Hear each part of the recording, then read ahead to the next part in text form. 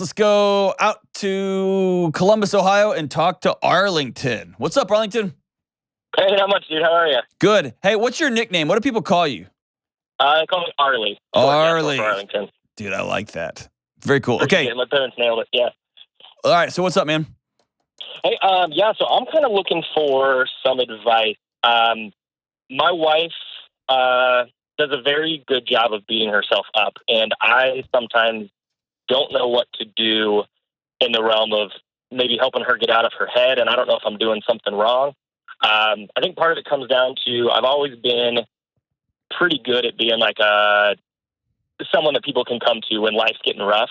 I just, for some reason, I can't get through. That's the wrong way to word it, but I can't get to my wife. The question I wrote down is just how can I help my wife when she gets stuck in her own head? Does she have mental health diagnostics?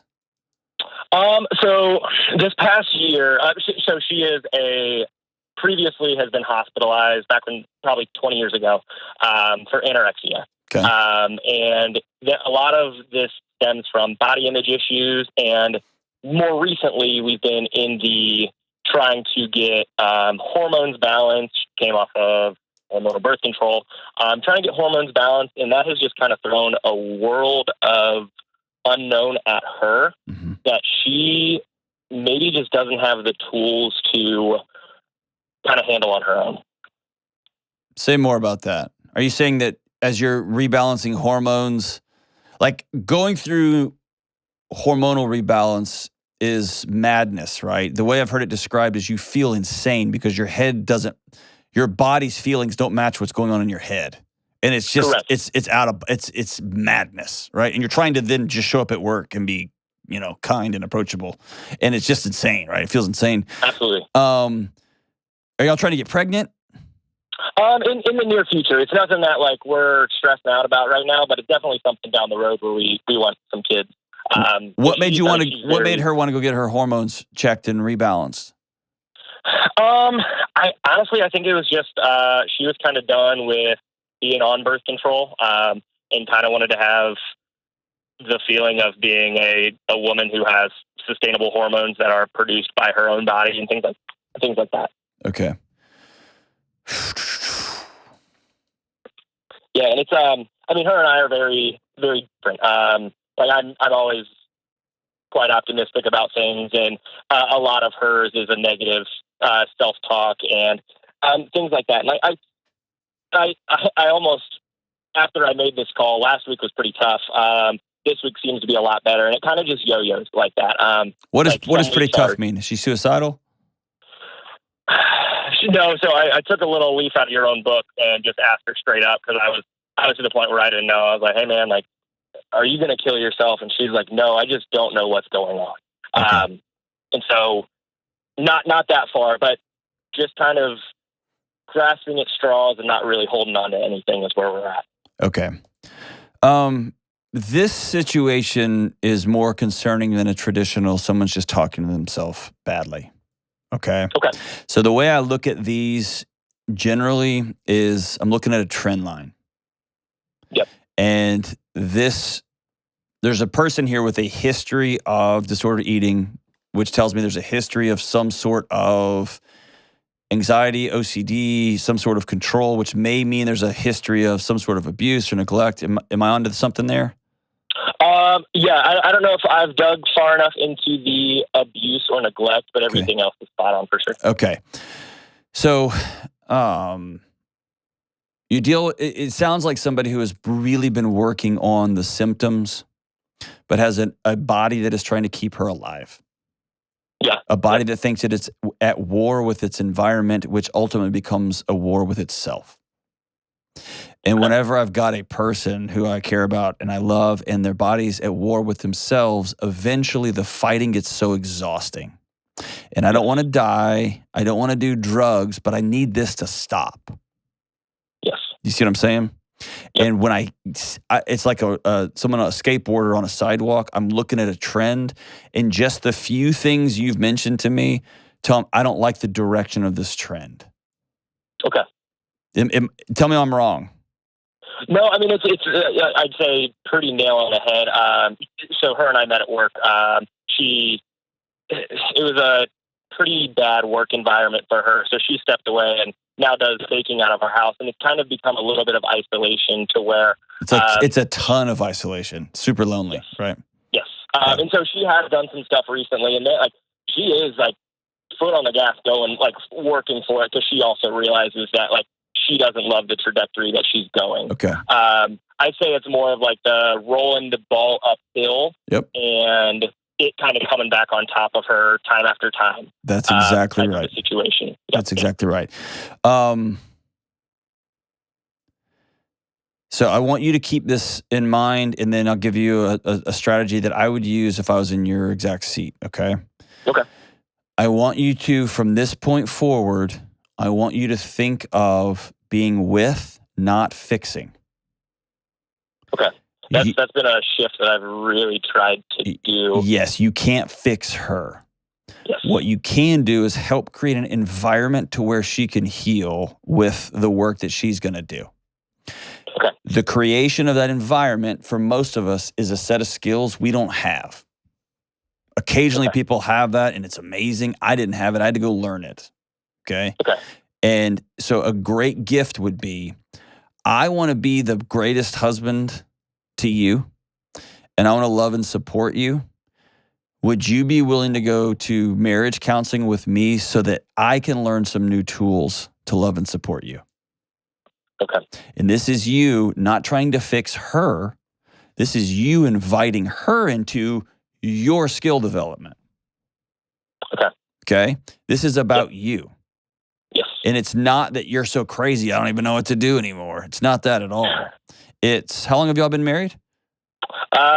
Just over 2 years. Okay. So we're 2 years in.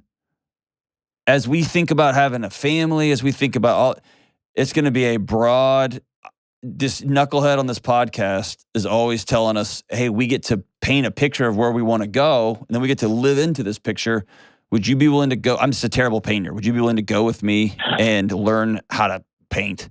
See what I'm saying? Yeah. Yeah. And she is going to take this, my guess is, as an anxious person and as a person who's scanning her environment 24/7 for threats, she's going to take this as my husband's going to leave me. Or she's going to take this as I'm causing my husband to go crazy. Mm-hmm. And you're going to have to speak to her in the way that you know her. She's your wife, in ways that she can hear you, that no, this is about me. I want to go learn some new stuff. Okay. When it comes, you can draw boundaries in a home. And my wife did this for me. So this isn't for everybody. And I can see a way where this might be shameful. So you're going to have to know your wife. And it may be something you talk over with your counselor.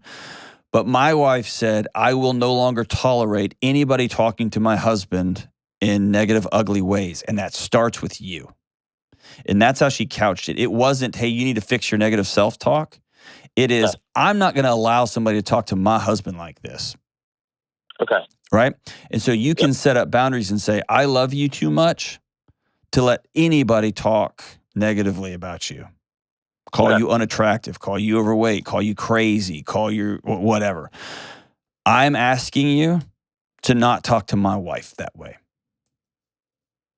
Okay? And it might be one of those things that you call it out. My wife she's got a look very, very, very similar to Kelly, except way less mean. And she can look at me and I'll know like, oh, yeah, I just did that thing. Right. And so that can be a way to lean into that. But it's you owning the boundary. It's not her fixing a problem. Yes. Yeah. See what I'm saying? Yep. Is her family involved, or are they part of the problem? I'm gonna say a little bit of both. I'd say it usually is, man. Yeah. No, I mean they are the most loving parents. They are awesome. But I think a lot of times her mom has a lot of anxieties as well. Okay. And I can see that kind of not stirring the pot, but not always being the most helpful. But I would also say that her mom a lot of times is the most helpful because she knows how to talk to her sometimes a lot better than I do. Or she knows how to push her buttons a lot better than you do. In some ways, yes, as well. Yes. There's going to come a moment when that relationship's going to have to be minimized in a dramatic fashion. Okay.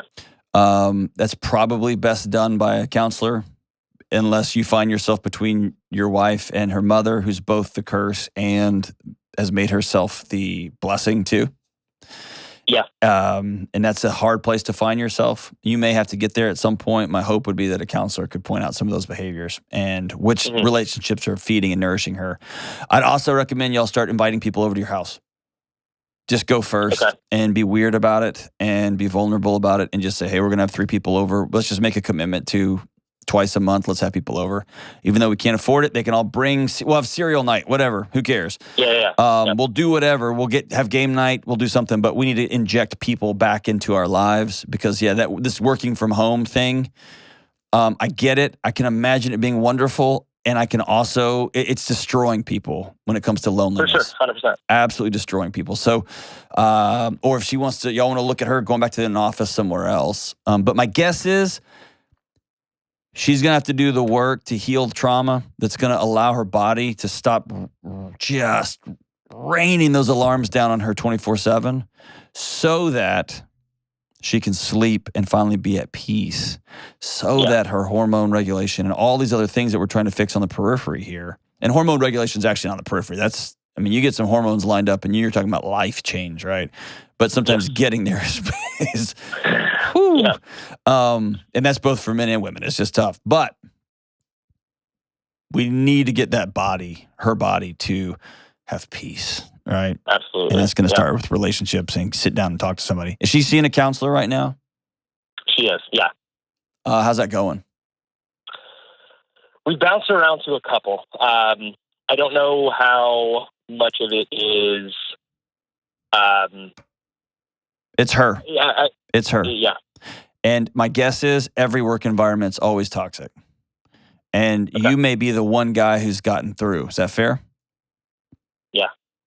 My guess is every relationship at some point turns to come after her is the way she feels. Mm-hmm. Is that, am I right? Yeah. At some point, she's going to have to look in the mirror and absorb she's the common denominator in all of those messy relationships. Okay. And that is both a scary and daunting realization. Yeah.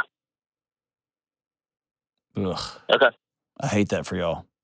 Is there ever a time that she's like, this person, and you think, come on. As far as like going like full bore, like I can't believe this person did this thing. Yes. Yeah. Okay. Or if you find yourself in fights, you're like, yeah, and you're kind of like, it's not that big a deal. You know what I mean? Yeah. Okay. So at some point, we're gonna have to make peace. She's gonna have to make peace with maybe my body's reacting to people in ways that is not consistent with reality. And I'm going to have to relearn how to have peace in my life so that I can re-enter relationship with people so that I could actually be well. Right. And that's when I tell you about that trend line, man, I just don't like the trajectory here because this trend spins, the top spins faster and faster and faster, and it gets more tangled up and more complicated to unwind. Right.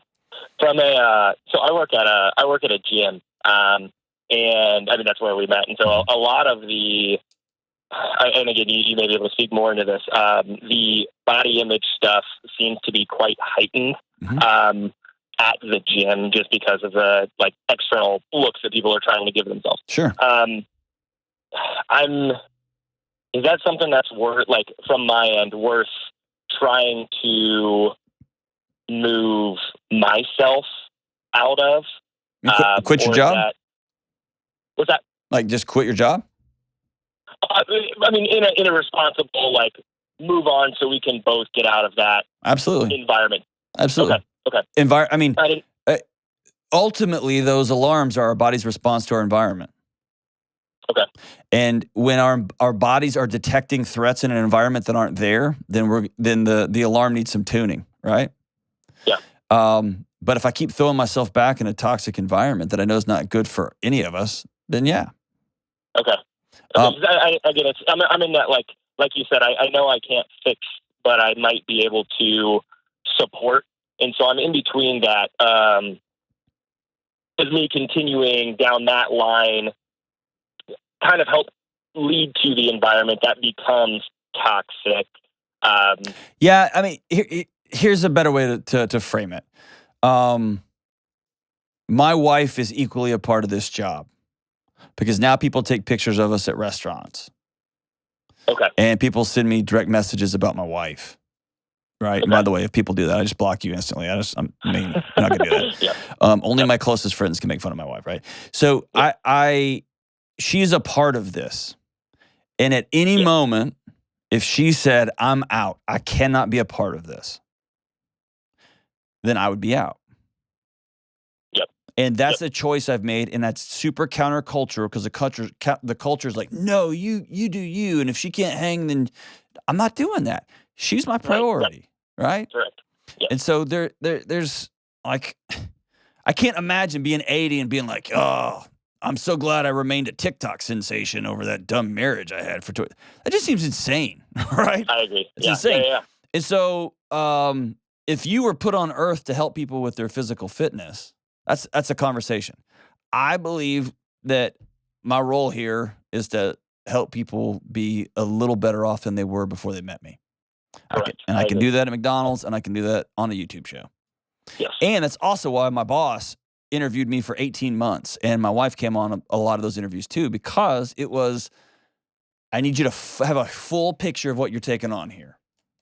Yeah. Right? So that's part of it. But so it's less about, I don't want you to get in a tail chasing game where you're trying to figure out what's the next thing you could do to make this, maybe help this. Because, dude, then you're going to be in a mess, right? But you can say, there's an overall toxicity to our home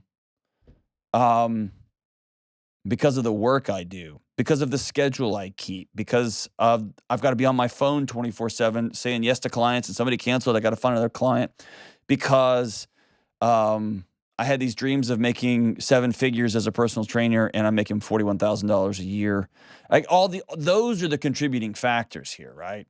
If my wife ever came to me and said, you're not allowed to ever help another person ever again, well, that'd be a different conversation. But also, she wouldn't be my wife at this point, because that would be madness, right? We would have had that conversation a long time ago. But she can tell me, hey, I need you to quit running around in the middle of the night dealing with people who've passed away, because it's impacting the way you treat the kids. That's very fair. In fact, that's her role in my life, and vice versa. And so, yeah, I mean, if you can change the context, I'm all for that. Don't do it thinking that that's going to be the Hail Mary pass that's going to heal your wife, because it won't be. But it might take some of the toxicity out of the environment. And for you to even be asking that question says, A, you're a really attuned, caring husband, and B, makes me think you want out anyway, right? So good for you. But she needs to go see a counselor or a psychologist, and y'all need to stick with that for a season. We're going to commit to 7 sessions. We're going to commit to 10 sessions with this one person, and we're going to ride out the relationship. And so when it gets uncomfortable, we're going to go through the discomfort and stay in the relationship. We're not going to run from it, because we run from every uncomfortable relationship. And by the way, Arlie, don't be surprised at some point I'm disconnecting from this relationship gets aimed at you, okay? And you're going to have to decide, I'm going to ride the rough waters. She needs to go see somebody and be consistent. And I would love to see you say, hey, I want to learn something new, and I want you to come with me. That's awesome. She's lucky to have you, Arlie.